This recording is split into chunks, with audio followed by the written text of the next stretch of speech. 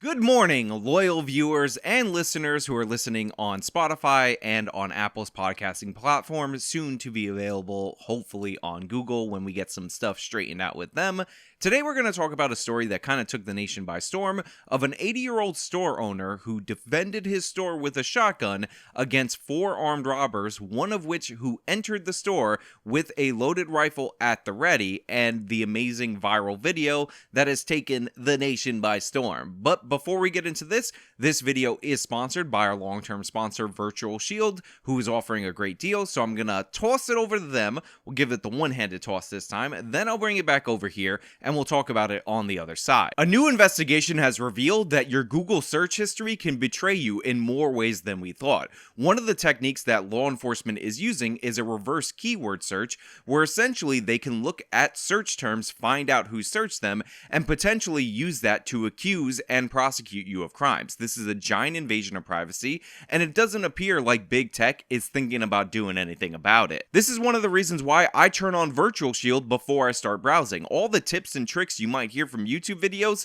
don't hold the candle to what Virtual Shield does. They have a strict no-log VPN, so when law enforcement tries this same trick that they've been doing to people out there in the world, you will not be vulnerable because you have Virtual Shield. And right now, there's a great deal if you go to virtualshield.com/justice, my affiliate link, where you can get a 30-day free trial, plus on top of that, a 30-day money-back guarantee for any subscription you get post that. So if you think about it, it's really a 60-day free trial. Pretty awesome, pretty amazing. Secure yourself. Go to virtualshield.com/justice in order to do so. Now, obviously, I'm not going to be able to show you the full video on this channel because of YouTube's terms of service. They will age restrict this defensive use of firearms because even though it's censored, they apply the rules differently depending on who's making the video or who's talking about it. But I will describe to you what went on when Craig Cope was confronted with an armed robbery situation. And I want to talk about the different steps that he took based on previous robbery attempts that he had to deal with, according to him,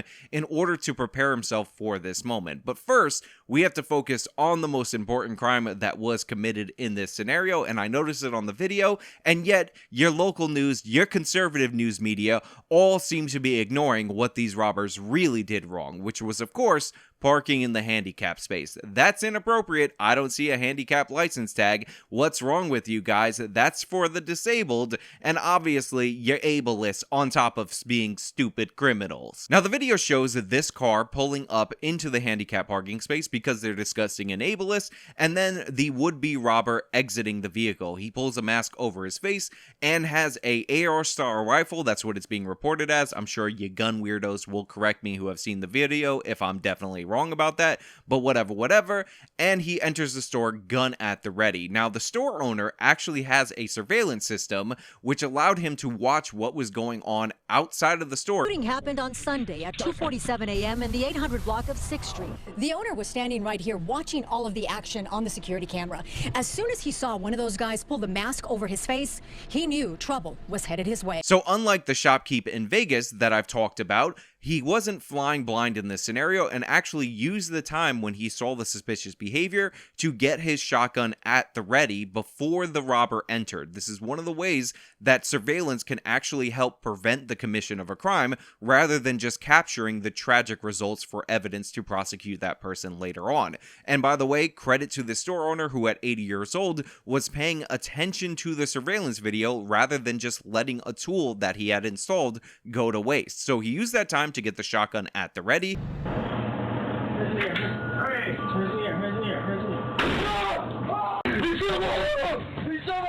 So when the would-be robber entered the store, he was able to fire off a shot first, and whenever you get a critical hit in a gunfight, the gunfight is over. Not too many people are able to fire back shots when they're pumped full of birdshot. And by the way, I've actually seen people criticize the old man for loading the gun with birdshot. And honestly, while this guy definitely performed admirably in this situation, I will say I actually do side with the people who are criticizing him for loading with birdshot. Because if this had not deterred the robber, if this had not chased him off, if this had not put the fear of God in this person, that he may have potentially lost his arm from this situation, he is still rifle at the ready, and he has an effective weapon against a less effective weapon. But the store owner made the choice to give himself a worse chance, a less effective weapon against the would-be robber, and it ultimately worked out for him. And this is largely due to the fact that despite what the media reports about gun owners in the United States of America and how they're just bloodthirsty and looking for an excuse to kill people,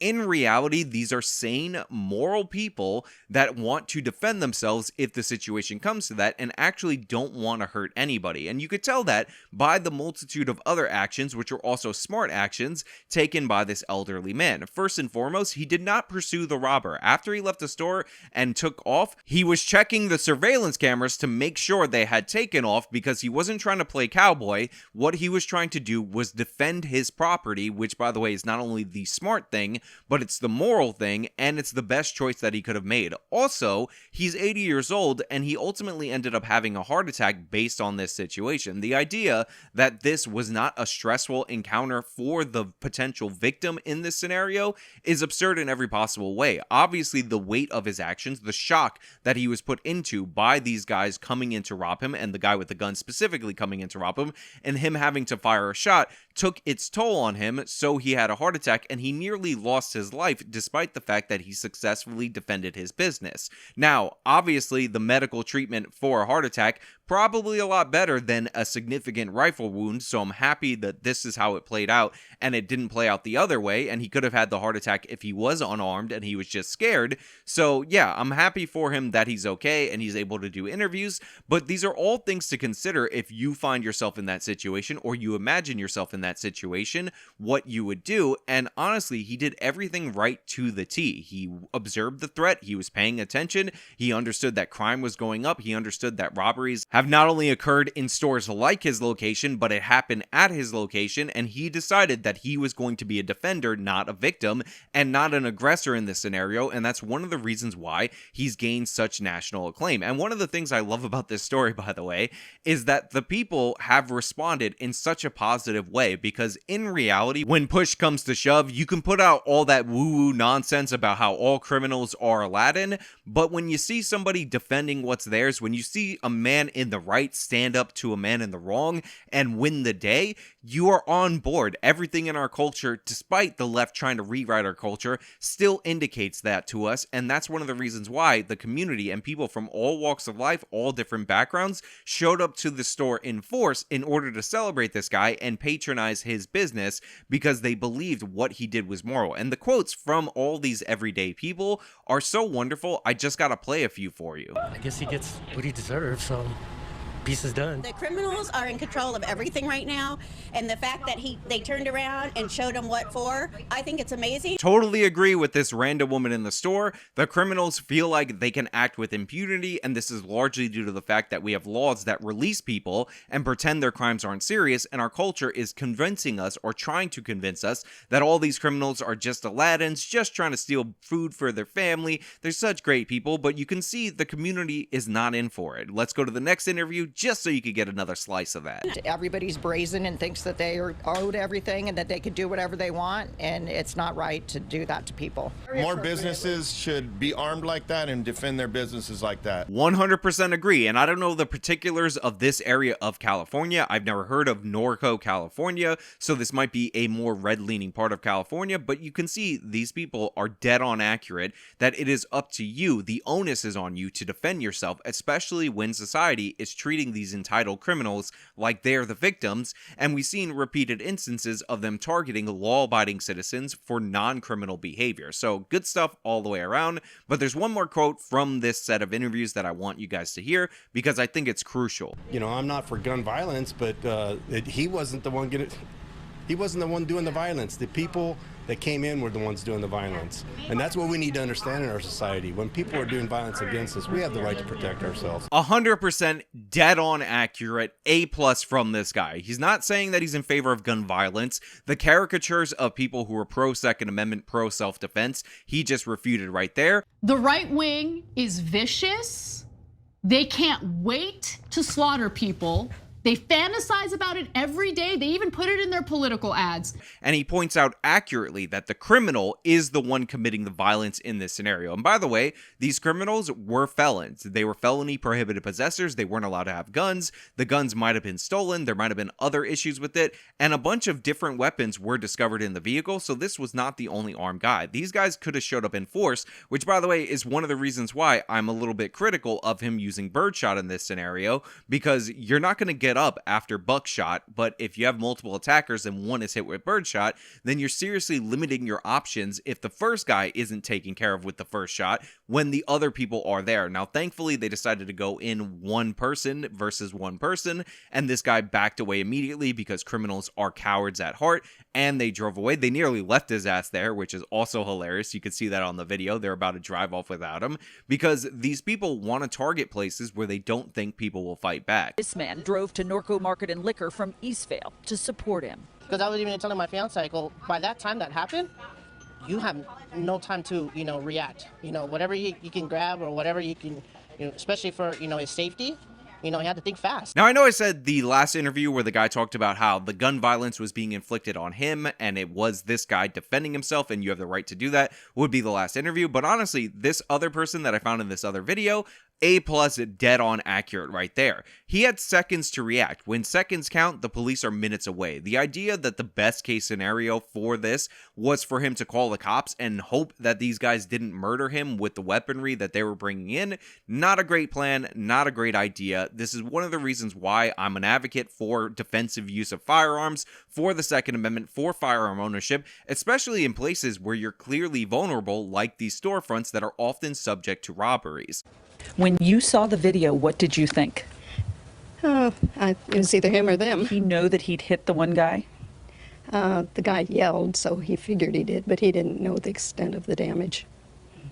But the guy's in the hospital now in critical condition, so must have been a pretty good shot. The shooting sends this message to criminals, according to the owner's wife. Stay out of Norco, because everybody in Norco has a gun. Now, that was a quick excerpt of his wife, but without further ado, we're going to cut to the man himself, the hero in this scenario, Craig Cope, so you can hear him in his own words explain how he did what he did. All right, and with us now is Craig. As we said, just within the last couple of minutes, he walked through the door of his store for the first time since the shooting. We've got to ask you to stand here right now, pretty much in the same place you were when you fired at that gunman. What is this like for you? I just did what I had to do. I would always protect my employees, my customers, myself. This instance, fortunately, I was here by myself, so I don't have to worry about that. I took care of it, and that was that. There's something to be said for somebody who can communicate so effectively in so few words. And considering I talk for a living, now in podcast form and in video form, and I say a lot of words in order to give you the details, it's refreshing to hear somebody say, listen, I would always protect my customers, I would always protect my family, myself, and my business. Fortunately, I had to protect myself, and guess what? I did what I had to do. He's not glorifying it. He's not this bloodthirsty monster. The fantasy that is conjured up there bothers me so much more. It's like I've talked multiple times on the show about how ridiculous it is that these people think that they're going to have to defend their house from a roving band of marauders. A core part of being a right-winger is fantasizing about an excuse to be able to start killing people. Like most are not just going to go out and kill a random person, but they really want a justification for it. All right, I just did what I had to do. I would always protect my employees, my customers, myself. This instance, fortunately, I was here by myself, so I don't have to worry about that. I took care of it, and that was that. To want to slaughter you. To slaughter you! I just did what I had to do. I would always protect my employees, my customers, myself. This instance, fortunately, I was here by myself, so I don't have to worry about that. I took care of it, and that was that. As leftists often portray gun owners as being, he's somebody who found himself in a sketchy situation and rose to the occasion. Your wife told me that you rarely shoot your gun. Yeah, never get a chance. Yeah. I did a lot of hunting when I was a little kid. I'd put food on the table, so I still remember things from a long time ago. I also love the fact that there was no government-approved, permitted training, required training, or anything like that, and yet this guy was so effective. He said that he got his shooting skills from when he was hunting as a kid. He had to put food on his table, as he said. Total boss right there. Definitely a boss statement. And those skills have not atrophied in his old age. He knows how to handle a gun because this is the United States of America and we have a gun culture, and this allows people without any formal training to be effective in their uses of firearms. Now, that's not saying that if you don't know how to use a gun, you shouldn't pursue training. It's just a knock against people who think that you need a government-approved license in order to do so, when in reality, a lot of these people who own guns in this country have all the training that they need through their life experience, and this is how they're able to perform. And in reality, people like this would probably be able to teach the government-approved trainers of firearm handling a thing or two about firearms and being effective in your use of force with those firearms. I think more people should vote and vote the right way, and I think the politicians, this isn't going to get me on the right side of a lot of people, but there's a whole lot of people out there, they got no clue what it's like to try to run a small business. And when they're letting these people out, and we got bad people, let's face it, there's bad people. I love the fact that this guy is so candid about what he believes in this situation, and he's dead on accurate. All these politicians who have no relationship to firearms, no relationship to crime, who talk about how the criminals are the victims, who advocate for letting them out, and tell you, don't worry about it, it's going to be a-okay, they're dead wrong. This is an instance where people with previous criminal histories who probably should have been locked up were able to get guns despite regulations prohibiting them from doing so, and they almost took this man's life. And if not for his ability to defend himself, we might be looking at a far more tragic story of an old man murdered by 4 criminals that were seeking to take food off of his table. But he has another quote that's absolutely devastating. I love it. I'm going to play it for you. It speaks for itself. So let's throw it over there. And we got bad people, let's face it, there's bad people. Bad people we don't need. We need to get them locked up because it's a scary situation when that happens. And everybody works hard. They got bills to pay. These guys gonna come in and take it away from you? Not here. Basic sentiments like this seem to be lost on our current culture. We do have bad people out there. We have people who will victimize other people. There's a lot of hardworking people who are working to pay their bills, put food on the table, and you shouldn't allow the bad people to take what these people have earned and hurt their ability to do what they need to do in their own lives. And I love the fact that he punctuated that with "not here." He's not going to be a victim. He's not going to let it happen, and he's going to defend himself. Also, going after the politicians and going after the voters. You got to vote for this. It's not enough to just show up to the store and say, yeah, good job, amazing, in every possible way. We love what you did, and we're on your side symbolically. You have to actually vote against the politicians that seek to let these criminals out in the first place and take away the rights of everyday Americans, everyday Californians in this case, to defend themselves. He was put in this situation due to government policy, but he was ready, he was prepared, but let us not mistake this for a victory long term,